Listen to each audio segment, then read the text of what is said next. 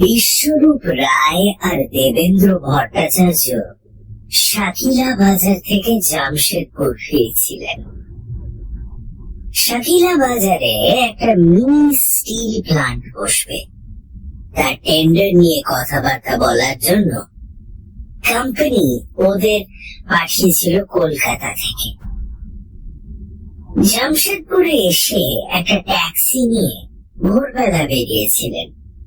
আলাপ আলোচনার পর শাকিলা বাজার থেকে যখন বেরোতে পারলেন তখন বিকেল হয়ে গেছে। আচ্ছা রঘুনাথ, সুটকেস না নেওয়ার ব্যাপারটা তাও মেনে নেওয়া যায়, কিন্তু তুমি পকেটে 1000 খানেক টাকা কেন রাখতে বলেছিলে সেটা তো বুঝলাম না। আসলে স্যার, আপনি আর রায়বাবু যখন কথা বলছিলেন তখন বুঝতে পেরেছিলাম আপনাদের ফিরতে দেরি হবে। জামশেদপুর থেকে শাকিলা বাজারের রাস্তাটা ভালো নয়, ভাঙাচোরা তো বটেই, আবার ডাকাতেরও ভয় আছে। সেজন্য কোনো অ্যাটাচি কেস বা সুটকেস সঙ্গে নিতে বারণ করেছিলাম। টাকা রাখতে বলেছিলাম যাতে ডাকাত ধরলে সেটা দিয়ে পার পাওয়া যায়। শাকিলা বাজারে যাওয়ার সময় কোনো গন্ডগোল হয়নি। গোলমাল শুরু হলো ফেরার পথে। বেশ চলছিল ট্যাক্সিটা, হঠাৎ ভানুপুরার জঙ্গলের মাঝামাঝি এসে গাড়িটা একটা ঝাঁকানি দিয়ে দাঁড়িয়ে গেল। এই যা, ইঞ্জিনটা গেল নাকি? দেখলেন তো স্যার, যেখানে বাঘের ভয় সেখানেই সন্ধে হয়। যা বলেছ, আজ তো কপালে দুঃখ আছে দেখছি। তুমি একবার নেমে দেখবে? আমি আমি আমি দেখছি স্যার, আমি দেখছি।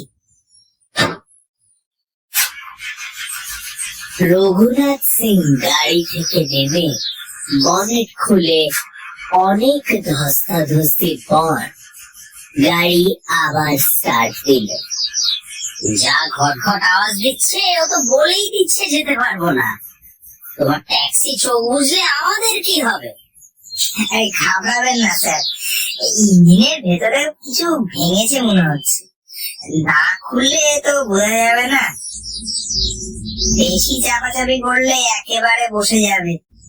সামনে রানীজির দোকান, আপনারা ওখানে বসে চাটা খান, আমি গাড়ি রেখে হেঁটে আগে চলে যাব। ভানুপুরার বস্তি ওখান থেকে মাইল 2, সেখান থেকে লোকজন নিয়ে আসবো। কোন রানীজিকে আমি ঠিক জানি না, যতদিন রাস্তায় গাড়ি চালাচ্ছি ততদিন ওকে দেখে আসছি। আমার বাবাও তাই দেখেছেন। কত বয়স কেউই জানে না, কবে থেকে দোকান চালাচ্ছেন তাও কারোর মনে নেই। ব্যাপার কিছু বুঝলেন স্যার?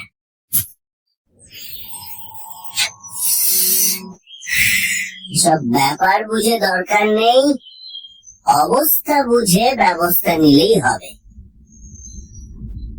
ট্যাক্সি যখন ঘটাং ঘটাং করতে করতে রানীজির দোকানে পৌঁছলো তখন রাত হতে আর বেশি বাকি নেই।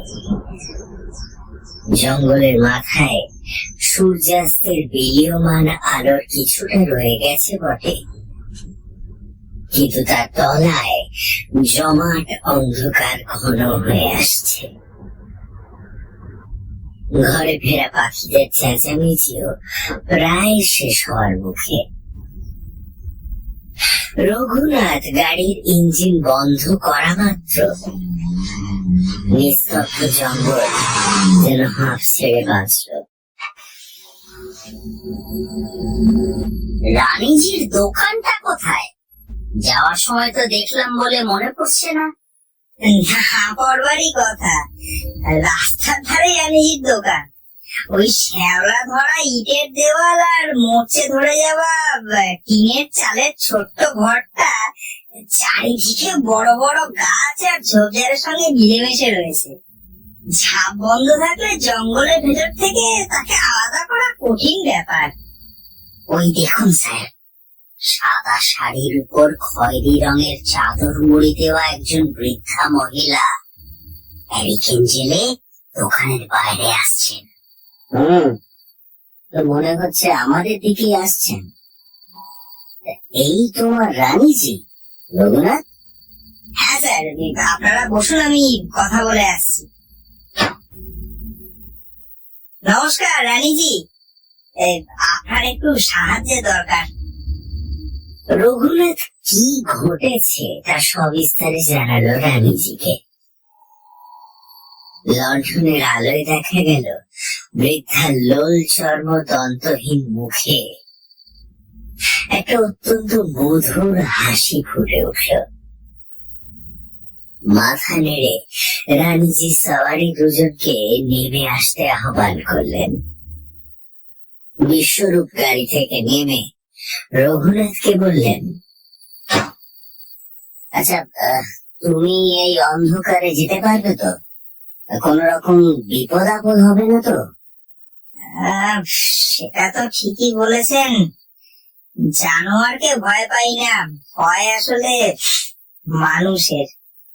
তাহলে আমি বরঞ্চ গাড়িটা নিয়েই যাচ্ছি, সারানো হলেই নিয়ে চলে আসবো। রানীজি, আপনি একটু বাদে তো দোকান বন্ধ করবেন, ওদেরকে একটু ভেতরে থাকতে দেবেন?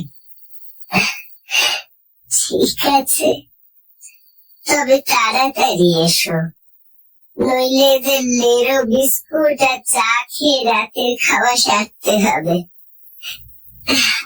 আসুন, আপনারা আমার সঙ্গে আসুন।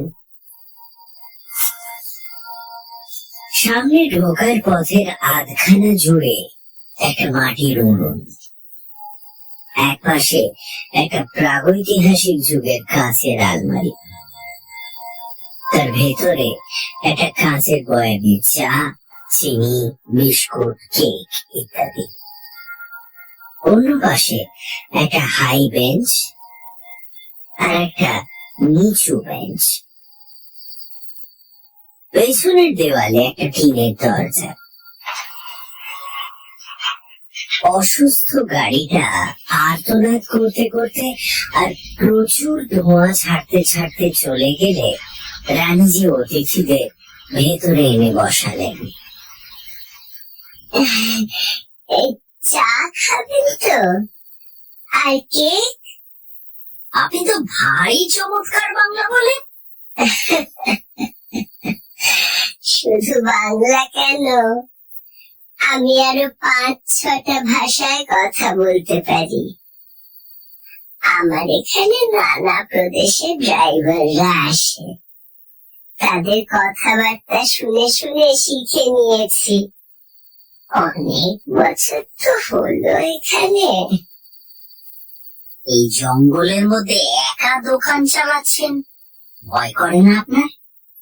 কিসের ভয়? বাঘ ভাল্লুক তো নেই, মাঝে মাঝে চিতাবাঘ এসে পড়ে, তবে এই উনুন দেখলে তারা আর কাছে আসে না। আর চোর ডাকাত আমার কাছে কি বা চুরি করবে? এই দোকানের গেলাস বা ডিশ চুরি করতে পারে অবশ্য, তবে তাতে তাদেরই পরের দিন চা জুটবে না। এই সেরেছে, তারাও আসেন নাকি এখানে? নিশ্চয়ই। এই এলাকাটা দিনের বেলা পুলিশের, রাত্রি বেলা ডাকাতের। কোনো অসুবিধে নেই, কেউ কারোর অধিকারে হস্তক্ষেপ করে না। আর ডাকাতরা আমার দোকানের খদ্দেরকে কখনো বিরক্ত করে না। এই আপনাদের চা আর কেক। দেবেন্দ্র অবশ্য এই কথায় যে খুব একটা আশ্বস্ত হয়েছে তা মনে হলো না। সন্ত্রস্ত মুখে চায় চুমুক দিতে লাগলো সে। কত বছর এখানে আছেন রানীজি? সে কি আর মনে আছে? অনেক বছর। তবু সেই সময়কার কোনো ঘটনা আপনার মনে পড়ে? পরে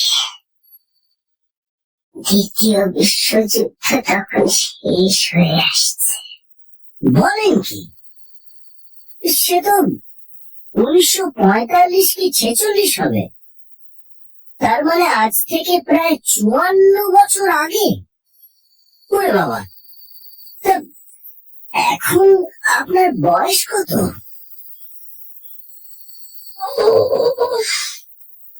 কত হবে? 80 বোধহয়। দীর্ঘশ্বাস ফেলে রানীজি উঠে দাঁড়ালেন। খালি গেলাসগুলো নিয়ে পেছনের দরজা খুলে বাইরে অন্ধকারে বেরিয়ে গেলেন একটা লণ্ঠন নিয়ে। আওয়াজে বোঝা গেল বালতি থেকে জল নিয়ে গেলাসগুলো ধোয়া হচ্ছে। এইখানে 54 বছর আগে দোকান দিয়েছিলেন? তখন খদ্দের আসতো? কেন আসবে না, বরং বেশি আসতো। আগে রক্সল বা বাঘা যাওয়ার এটাই রাস্তা ছিল। এখন নতুন রাস্তা হয়েছে, গাড়ি ঘোড়া কমে গেছে। আপনি কি ভানুপুরার বাসিন্দা? রানীজি এই প্রশ্নের জবাব দিলেন না। মাথা নিচু করে বিষণ্ণ মুখে আবার টুলের ওপরে গিয়ে বসলেন। দেবেন্দ্র গলা নামিয়ে বলল, স্যার, আমরা বোধহয় ওর হৃদয় খুঁড়ে বেদনা জাগাচ্ছি। এই কথায় কথায় তোমার এই কাপ্পি করার অভ্যেসটা ছাড়ো তো। ইঞ্জিনিয়ারিং পড়তে এসেছিলে কেন? ওকে বলবেন না। সত্যি তো আমাদের অতীতের স্মৃতিগুলো বেদনাদায়কই তো বটে। আপনি যা বললেন তাতে বুঝলাম যে আপনি ভানুপুরার বাসিন্দা নন এবং আপনি বাঙালি। কারণ ট্রাক ড্রাইভারদের বাক্যালাপ শুনে আপনি যে ভাষায় কথা বললেন সে ভাষা শেখা যায় না। আর আপনি যে শিক্ষিত মধ্যবিত্ত পরিবার থেকে এসেছেন তাতেও কোনো সন্দেহ নেই। তাহলে এই পাণ্ডব বর্জিত জায়গায় এরকম চায়ের দোকান কেন দিয়েছিলেন 26 বছর বয়সে? আপনি কি বিপ্লবী ছিলেন?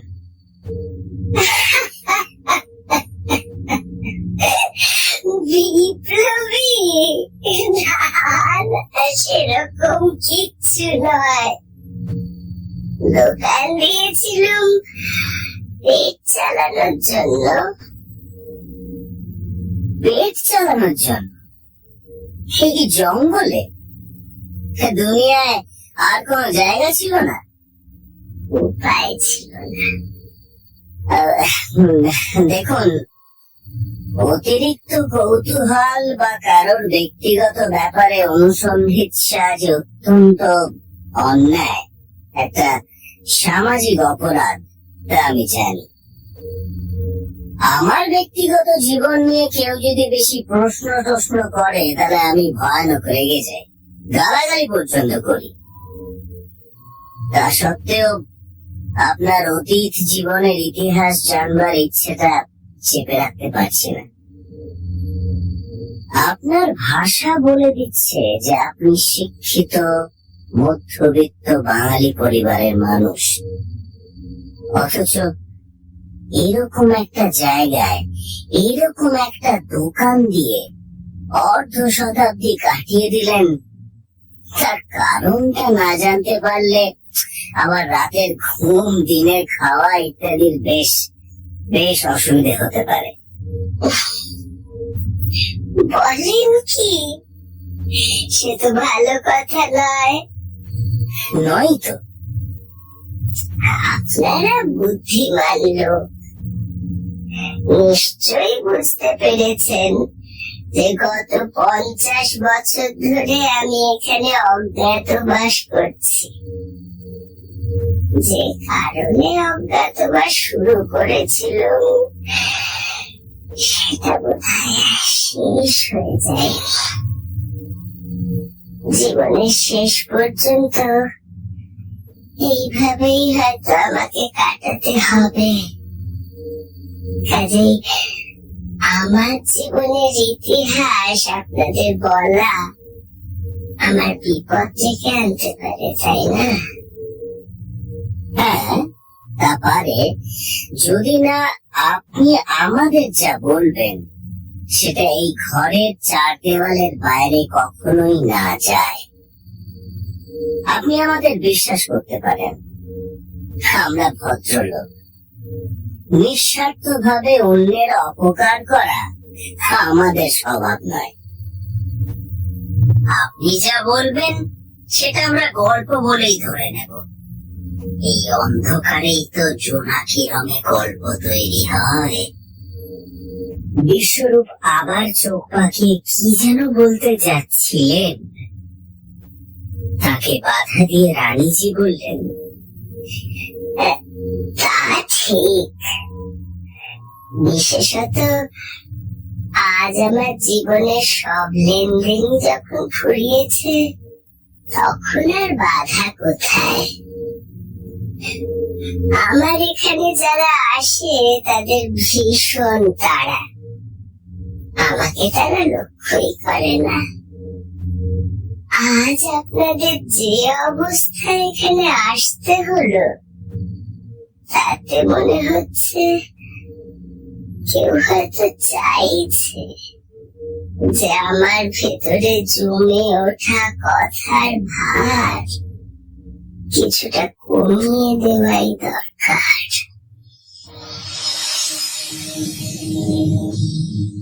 20 বছর বয়সে বিএ পাশ করবার পর ভাগলপুরের বিখ্যাত উকিল প্রফুল্লচন্দ্র মজুমদারের ছোট ছেলে প্রমথেশ মজুমদারের সঙ্গে আমার বিয়ে হয়েছিল।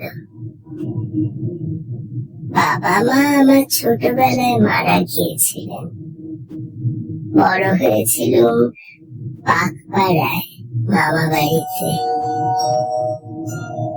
আমার বিয়ে দিয়ে তারা হাঁপ ছেড়ে বেঁচেছিলেন। প্রমথেশ ভাগলপুরের ভিক্টোরিয়া স্কুলে ইংরেজির টিচার ছিলেন। ভাগলপুর ইউনাইটেড ফুটবল ক্লাবের ক্যাপ্টেনও ছিলেন। হিন্দি, ইংরেজি, উর্দু আর বাংলায় কবিতা লিখতেন প্রমথ ছদ্মনামে। ওর অনেক কবিতাই সেই যুগে খুব জনপ্রিয় হয়েছিল। আমাদের বিয়ের বছর 4 বাদে আমার শ্বশুর মশাই হঠাৎ স্ট্রোক হয়ে মারা গেলেন। তখন সেই যুগের আইন অনুযায়ী তার সমস্ত সম্পত্তির ভার নিলেন তার বড় ছেলে অভয়চরণ। তিনি আর তার পরের ভাই হরিচরণ ছিলেন প্রমথেশের সৎ ভাই। তারা রোজগার কমে গেছে এই অজুহাতে প্রমথেশের মাসোয়ারা বন্ধ করে দিলেন। কিছুদিনের মধ্যে হেসেলও আলাদা হয়ে গেল। তখন বড় দুঃসময়। যুদ্ধের বাজারে জিনিসপত্রের দাম আকাশ ছোঁয়া। খাদ্যাভাব, কালোবাজারিদের স্বর্ণযুগ। স্কুলের সামান্য মাইনেতে দিন চালানো অসম্ভব হয়ে উঠল। আর কোনো উপায় না দেখে উনি কলকাতায় চলে গিয়ে মিলিটারিতে নাম লেখালেন। কিছুদিনের মধ্যেই তাকে চলে যেতে হলো আফ্রিকায়। তারপর থেকে টাকা আসতো ঠিকই, কিন্তু তাতে সুখ কিছু বাড়লো না। তার প্রত্যেকটি চিঠিতেই বোঝা যেত যে যুদ্ধে নিষ্ঠুরতা আর নৃশংসতা তাকে কি ভীষণ মানসিক দুঃখে ক্লিষ্ট করেছে। মাঝে মাঝে মনে হতো বুঝি সবকিছু ছেড়ে ছুড়ে দিয়ে ফিরে আসবেন। বছর খানেক বাদে আহত হয়ে দেশে ফিরে গেলেন। হাসপাতাল থেকে সুস্থ হয়ে ছাড়া পাওয়ার পর তাকে ইতালিতে যাওয়ার কথা বলা হলো। যাওয়ার আগে 7 দিনের ছুটিতে বাড়িতে আসার অনুমতি পেলেন।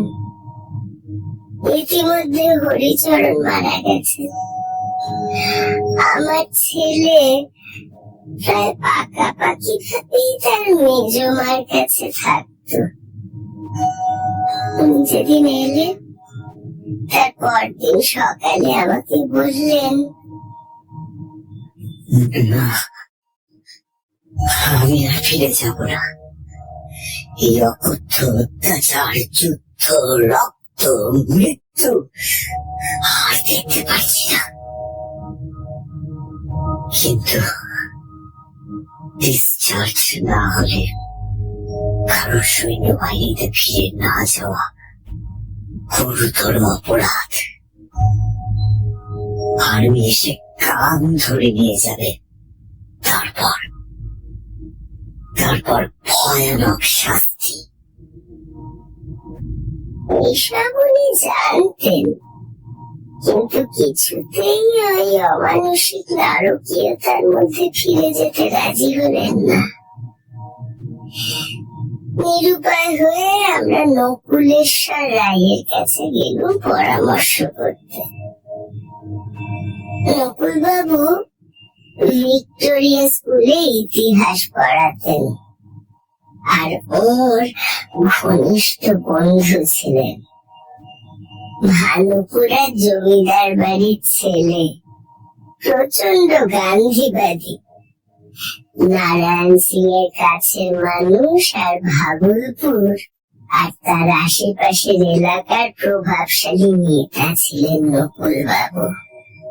দুজনের ঘনিষ্ঠতার অন্যতম প্রধান কারণ ছিল কবিতা। নকুল বাবুর কবিতার গভীর অনুরাগী ছিলেন। সব শুনে নকুল বাবু বললেন, আমি ওকে দোষ দিই না, ও একজন কবি। এই হিংস্রতার মধ্যেও কখনো বাঁচতে পারে। এখন একমাত্র উপায় পালিয়ে যাওয়া। এতে নীতিগত কোনো অন্যায় নেই, কারণ বেআইনি দখলদার ইংরেজ রাজত্বের প্রতি আনুগত্যের কোনো প্রতিজ্ঞারই কোনো মূল্য নেই। কিন্তু পালানো সহজ হবে না, সেজন্য ব্যবস্থা করতে হবে। আমাদের স্বাধীনতার দিন আসন্ন, আর কয়েক বছর মাত্র। তারপর স্বাধীন ভারতের সৈন্যবাহিনী ওকে কখনো শাস্তি দেবে না। কাজে সেদিন পর্যন্ত গা ঢাকা দিয়ে থাকতে হবে। কি ব্যবস্থা করবেন? ভানুপুরের জঙ্গলের ভেতরে একটা 1 কামরা ছোট বাড়ি আছে। আমার পূর্বপুরুষ ওটা বানিয়েছিলেন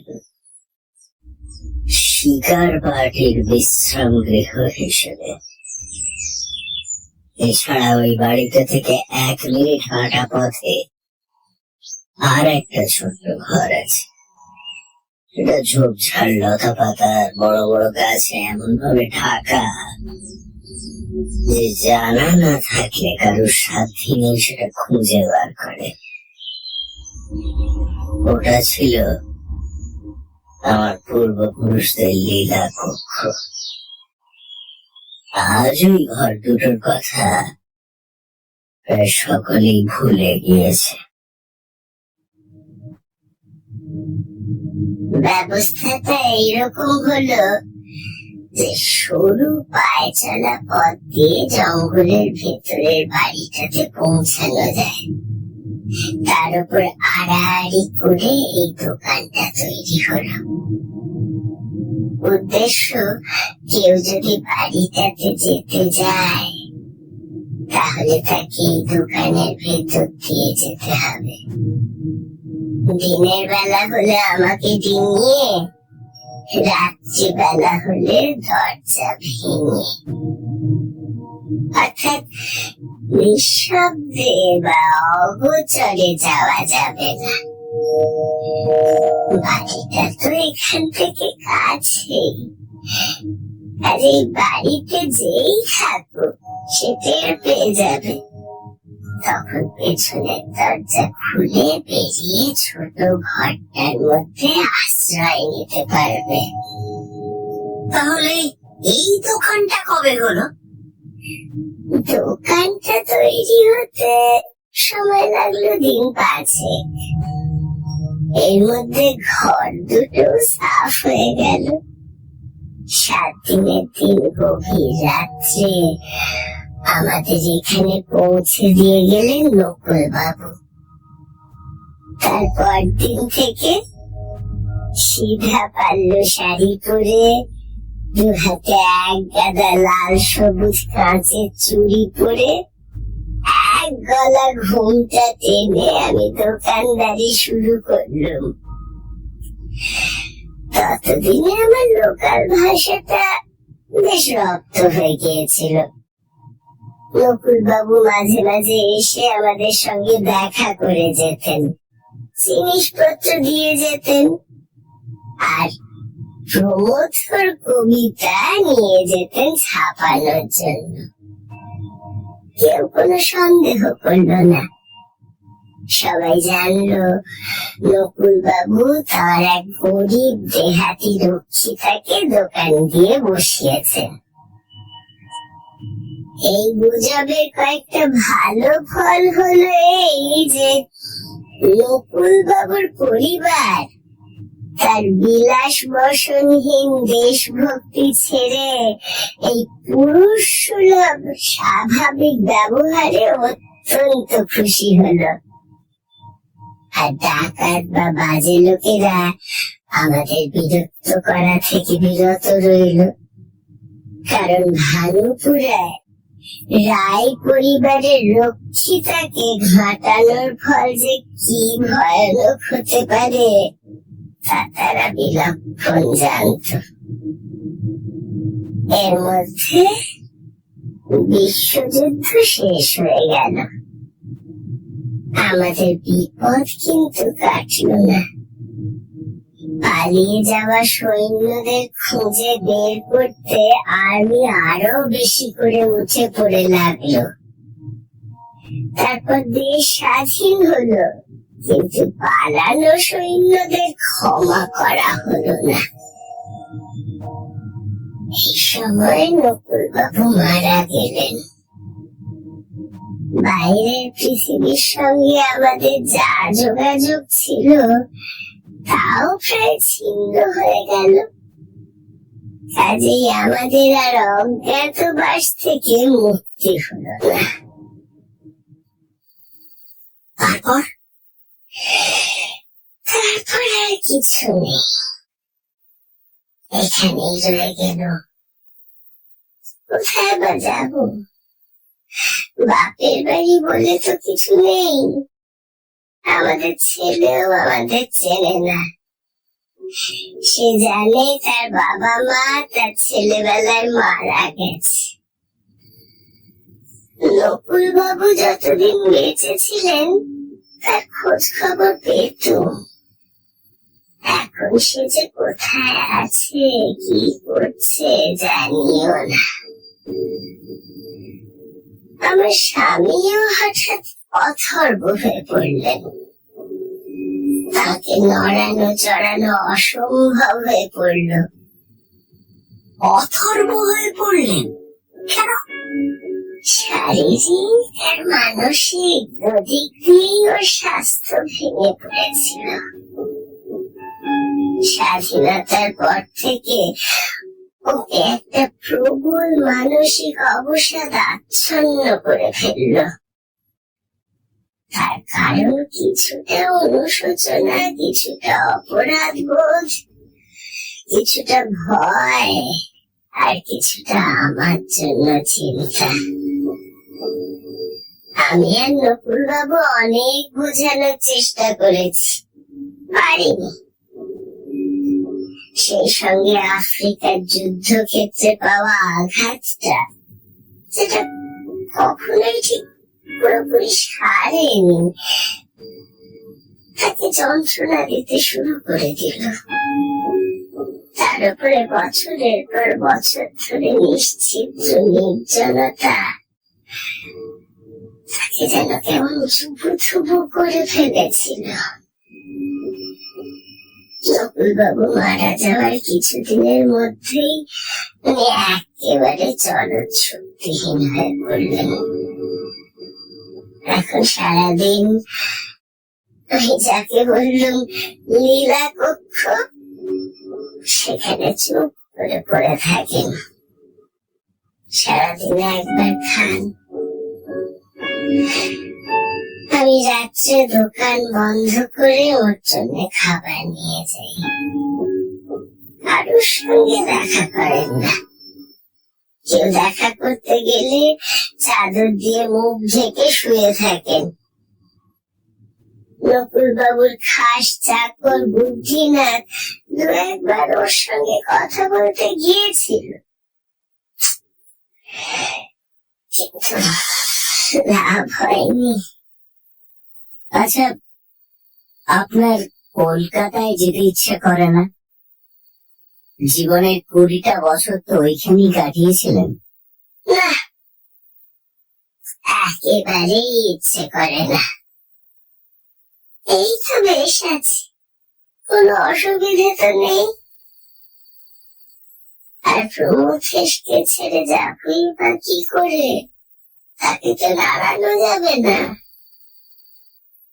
তাছাড়া ড্রাইভারদের কাছ থেকে যা শুনি তাতে মনে হয় আমার দেখা কলকাতা নেই। গত 60 বছরে তার আমূল পরিবর্তন ঘটে গেছে। হ্যাঁ, সে কথা ঠিক। বেশ, এবার আমাকে যেতে হবে। নিশ্চয়ই। রাত হয়েছে, প্রমথেশ বাবু অপেক্ষা করে আছেন। আপনি দোকান বন্ধ করে দিন, আমরা বাইরে রাস্তায় গিয়ে দাঁড়াচ্ছি। রঘুনাথ এসে পড়বে এখন। আরে না না, তা কখনো হয় নাকি? আপনারা ভেতরেই থাকবেন।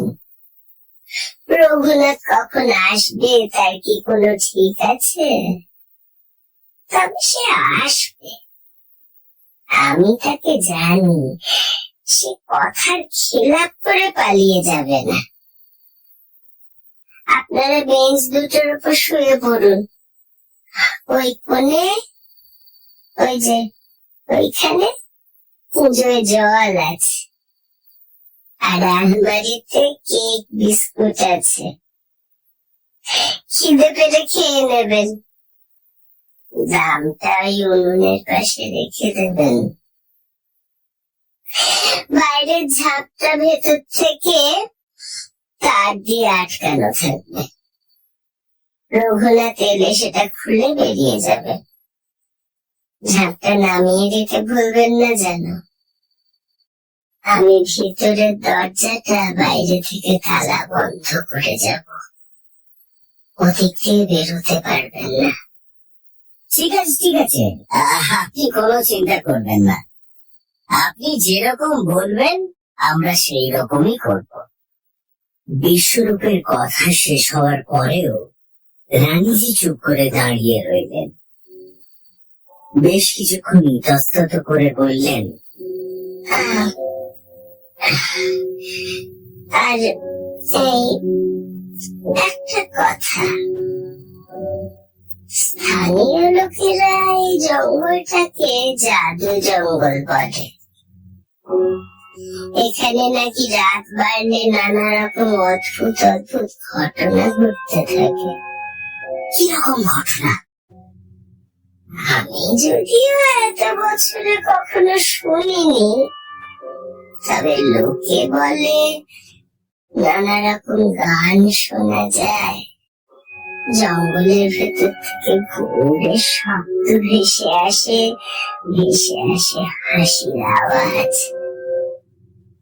যদি সেরকম কিছু শোনেন ভয় পাবেন না, আর কোনো মতেই ঘর থেকে বেরোবেন না। গাড়ির আওয়াজ পেলে আর রঘুনাথের গলা শুনলে তবেই ঝাঁক খুলবেন।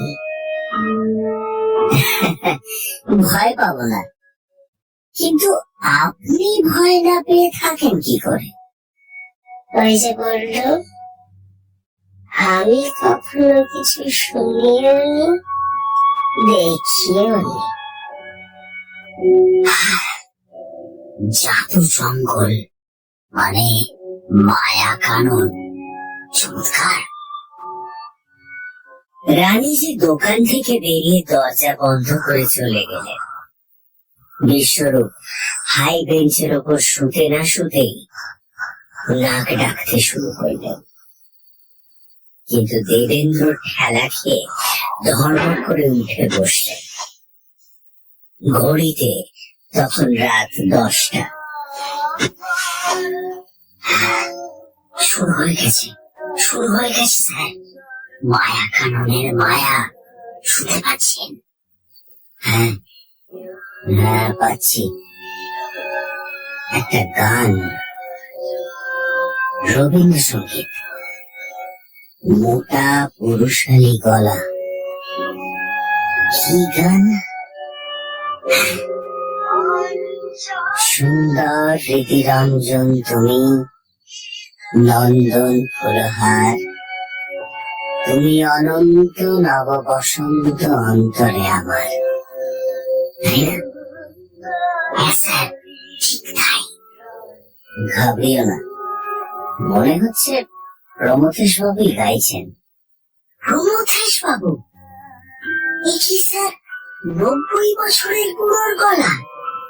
এ তো কোনো জোয়ান লোককেও লজ্জা দেবে। কি অসাধারণ গলার কাজ, শুনেছেন? মনে হচ্ছে যেন কোনো বন্ধ ঘরের ভিতর থেকে ভেসে আসছে, তবুও পরিষ্কার বোঝা যাচ্ছে।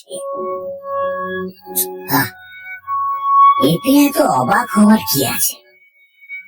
90 বছর বয়স হলেই কারোর গলা মিনমিনে হয়ে যাবে এরকম কোনো কথা নেই।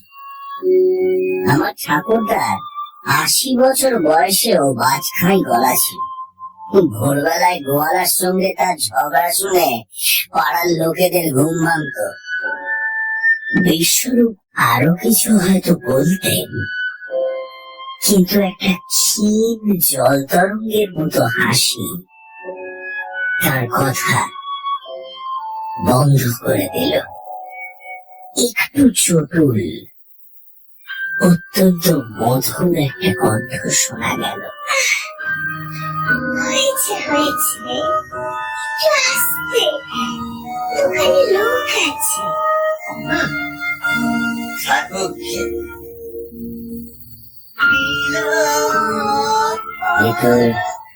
এ তো রানীজির গলা নয়, মনে হচ্ছে ওর সঙ্গে একটি অল্প বয়সী মেয়েও থাকে।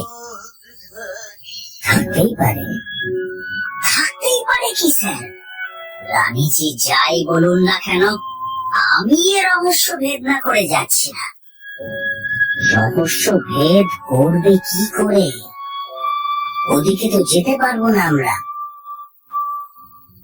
পেছনের দরজা তালা বন্ধ, আর চারদিকে দুর্ভেদ্য ঝোপঝাড় আর জঙ্গল। রাস্তা একটা আছে স্যার, এই ঘরে ঢোকার সময় দেখেছি পেছন থেকে একটা কাঁচা ড্রেন বেরিয়ে এসেছে এক পাশ দিয়ে। ওখানে বোধহয় একটা কুয়ো আছে, তার জল রাস্তার ধারে নয়াঞ্জলিতে ফেলবার জন্য ওটা কাটা হয়েছে। ওই ড্রেনের ভিতরে পা দিয়ে দিয়ে ঝোপঝাড় সরিয়ে ওপাশে চলে যাওয়া যাবে বোধহয়। ড্রেনের ভিতরে পা দিয়ে জুতোর 12টা বেজে যাবে। এই সময় আপনি জুতোর কথা ভাববেন স্যার?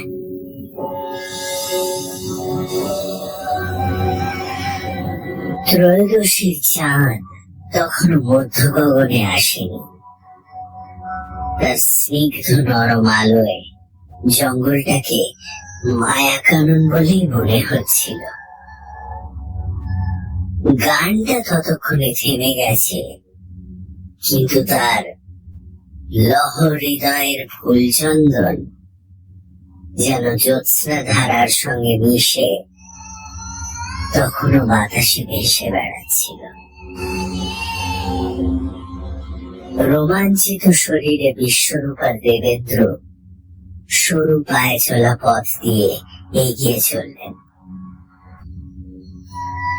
রানীজির ঘরটা দোকান থেকে 20-25 গজের ভেতরে। একটা অতিকায় মহিরুহের নিচে ছোট্ট একতলা বাড়ি।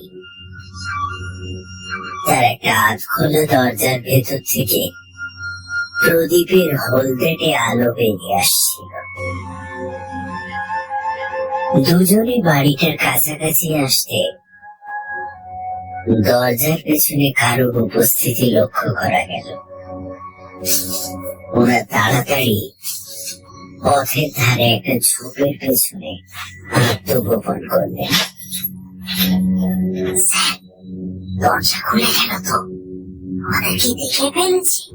কি দেখছেন? এক হাতে একটা জ্বলন্ত প্রদীপ আর অন্য হাতে কাপড় দিয়ে ঢাকা একটা থালা নিয়ে যে বেরিয়ে আসছে একটি পূর্ণ যৌবনা মেয়ে। পরনে তার লাল সাদায় দূরে শাড়ি। তার স্নিগ্ধ মুখের ওপর প্রদীপের আলো একটা অপার্থিব অনির্বচনীয় দৃশ্য সৃষ্টি করেছে। আমাদের দেখে তো হাসছে। শেষ রক্ষা হবে না মনে হচ্ছে। বিস্ময় বিমূঢ় দুই গোপন দর্শকের সামনে দিয়ে হেঁটে গিয়ে মেয়েটি একটা স্তূপাকার ঝোপের সামনে দাঁড়ালো।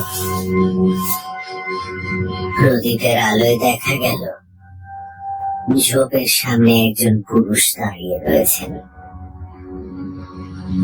তার দীর্ঘ পেশিবহুল শরীর, তরলে ধুতি, অনাবৃত বুকের ওপর দুটি পুরুষালী হাত আড়াআড়ি ভাবে রাখা।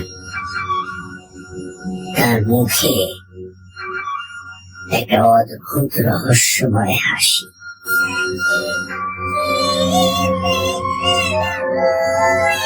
এই মেরেছে।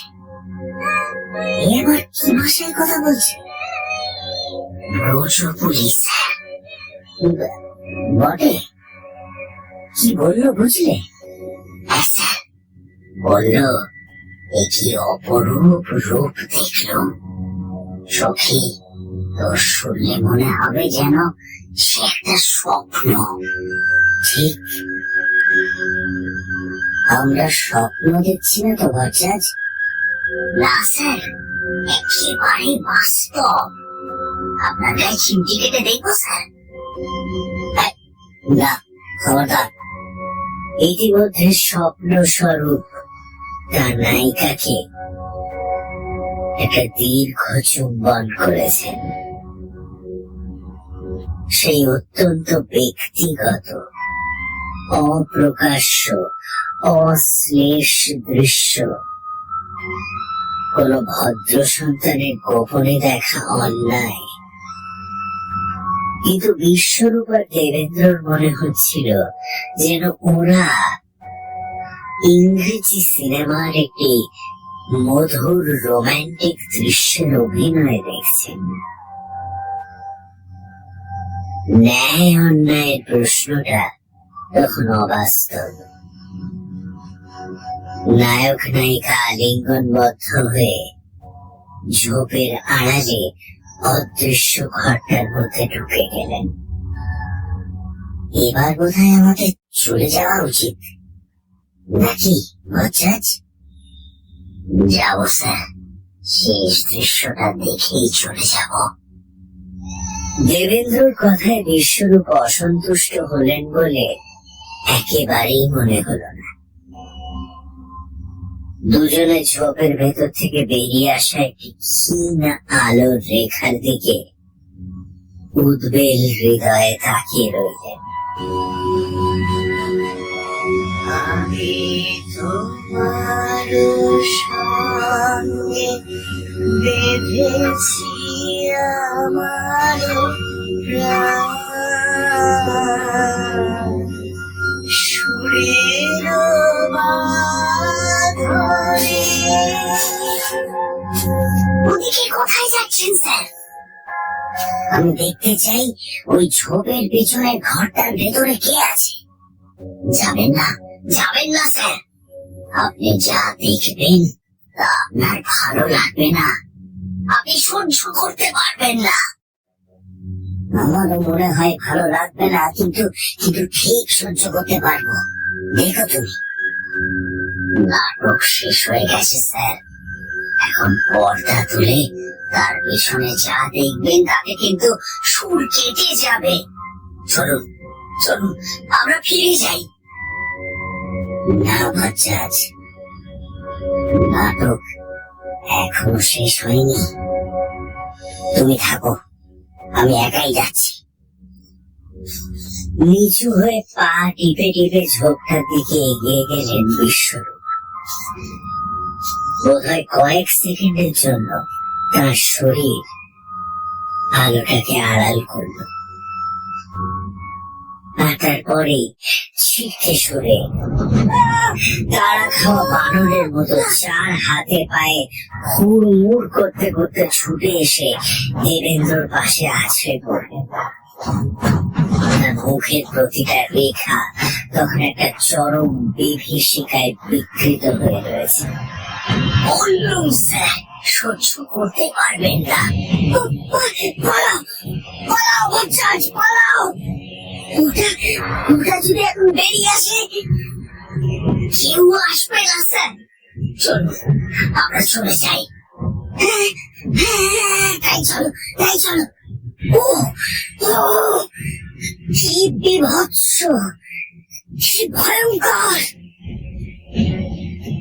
কোনো ভয় নেই স্যার, আমরা তো ওদের কোনো ক্ষতি করিনি, তাহলে ওরাই বা আমাদের ক্ষতি করবেন কেন? ওদের দুজনে ওদের পরস্পরের প্রতি তীব্র ভালোবাসায় নিজেদের একটা জগৎ তৈরি করেছেন। সে জগৎ আমাদের পরিচিত গণ্ডির বাইরে। প্রতি রাত্রে যখন সেই জগৎটা তৈরি হয়, তখন সেই অতীন্দ্রিয় অস্তিত্বে আমাদের জানা স্থান, কাল, জীবন, মৃত্যু সবকিছুই অন্য এক স্তরে চলে যায়। সেখানে তখন কি জীবিত বা কি মৃত, কি তরুণ বা কি বৃদ্ধ, সেটা বোধহয় অর্থহীন হয়ে পড়ে। হয়তো সময় এগিয়ে আসে বা পিছিয়ে যায়, বোধহয় অনেকটা স্বপ্নের মতো। আমরা যখন স্বপ্ন দেখি তখন সেটাই বাস্তব, কিন্তু যখন জেগে উঠি তখন তার বাস্তব থাকে না। সারা দিনের দৈন্যের সঞ্চয়িত রাত্রে সেই স্বপ্নের আয়োজন করে। সময়ের পর থেকে তারার আলোয় যিনি নির্নিমেষে চেয়ে আছেন, তার খোলসটা দেখে তাকে ভয় পাবেন না স্যার। তিনি প্রেমিক, তিনি কবি, তার প্রতি অবিচার করবেন না।